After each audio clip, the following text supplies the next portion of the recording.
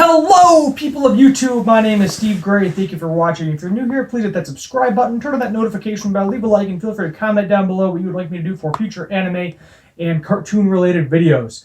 So currently going forward, we are going to be doing Tower of God and Harley Quinn. And then Rick and Morty will start back up in May, and that'll be in the mix there too at some point in time. So moving forward, we are talking about Tower of God, Season 1, Episode 2. And there wasn't as much going on in this episode as I kind of wished there was. We got introduced to a couple of new characters. We got Rock, which is kind of like a big purple-esque dinosaur-looking Barney thing. And then we got Coon, which is the guy with the blue hair, similar size to Bam. He's like the blue streaks in his hair. And he has like a knife in a suitcase type situation. Looks all business casual. We learn that to pass the second test, you have to get down to 200, which did happen. Everybody got down to 200. A lot of people ended up killing other people, although Bam did not end up killing anyone. I don't think Coon did either, but I'm not exactly sure if he did or didn't. Coon, the only reason he's interested in Bam is because of his sword. He wonders why the Princess of Jihad gave him the sword in the first place. And she thought that was very, very interesting and wanted to know what the heck was going on with that. So he decided to team up with him, try to find some other people. And then we find out that after the 200 people they have 5 minutes to get in a group of 3 to pass to go to the next level. Supposedly, keyword there. So kind of Bam and Coon devise a plan to grab Rock. And they end up grabbing him just in enough time to spare. All they have to do is being touching. They don't actually have to like each other, and they touch, and they go, and 120 of them roughly get to the next level. And then we learn that there's these people called Rankers, and he was kind of like the head of level 2 or break or whatever you want to call it. And basically, what a Ranker is somebody that has already climbed the tower. So I'm guessing there's certain ranks. In this particular ranker, it's kind of like exactly like a video game where you have like a top 10 list on an old arcade machine like Pac-Man or something, and then you got all the people that are considered rankers because they're in the top 10 and scored the highest, which I'm assuming is similar to what is going on with this as well. Moving on from that, you have Bam, which is an irregular, which we learn basically.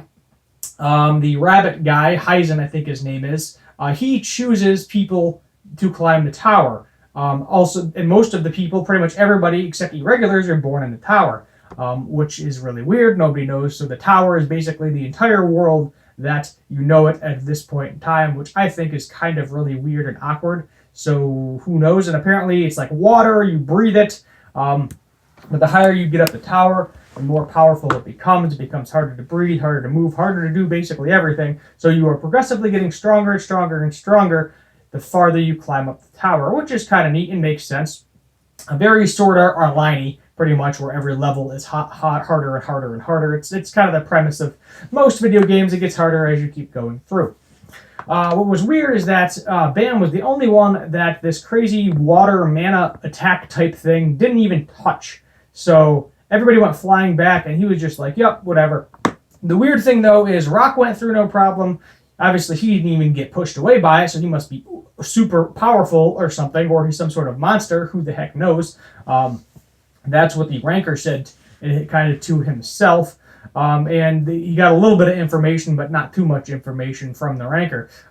He said, don't get too friendly with Coon, because we learned that his suitcase got stuck, like partially through the giant water mana wall, whatever the heck you want to call it. And that leads me to believe that he might be weaker than we think. So there is a good possibility that we will grow to love him, but at the same time, he probably won't get past a certain level because he just doesn't have the ability to do so. So we'll just have to wait and see what happens with that. My guess is that only one, I'm guessing, can win. That's my guess, is only one can get to the top of the tower, and that's all she wrote, and there's nothing else you can do. besides, try your best and be that single person to get to the top of the tower, which I'm guessing it might be these three. Rock very much so reminds me of Inosuke from Demon Slayer. I don't know if anyone's familiar with that series, but it's very, very similar, very animalistic, very headstrong, fight me type of person. And then you kind of have, you could say Kun, actually, you could compare him to Tanjiro, because he has the brains, he has the abilities right now, he seems more powerful. And then you could compare Bam to the lightning guy, whose name I'm forgetting at the moment. And because he's kind of weak, he's semi-scared, he doesn't really want to fight unless he really, really has to. But that's just kind of the way it is. We don't know what's going to happen level 3. It does annoy the crap out of me that there are no previews, but some anime just be that way, unfortunately. But my thought is that level 3 is probably going to obviously be more intense. Maybe there'll be more crazy monster things, like that crazy eel or something along those lines. But it's probably going to cut whoever they got down in half. Because at the moment, only I think 2 or 3 teams actually had the ability to go through. So we only saw about 9 people get through. There was the sleepy guy and his 2 teammates that forced their way through. The sleepy guy just walked through no problem. Didn't affect him at all anyway. He just waltzed on through being all sleepy and then fell asleep. So he's got to be a lot more powerful than we know. And then there's this turtle-ish looking green girl. There's this guy with 2 swords that made it through no problem. And then their supposed teammate, who's like a regular looking dude in a jumpsuit. He reminds me of Kuwabara from Yu Yu Hakusho.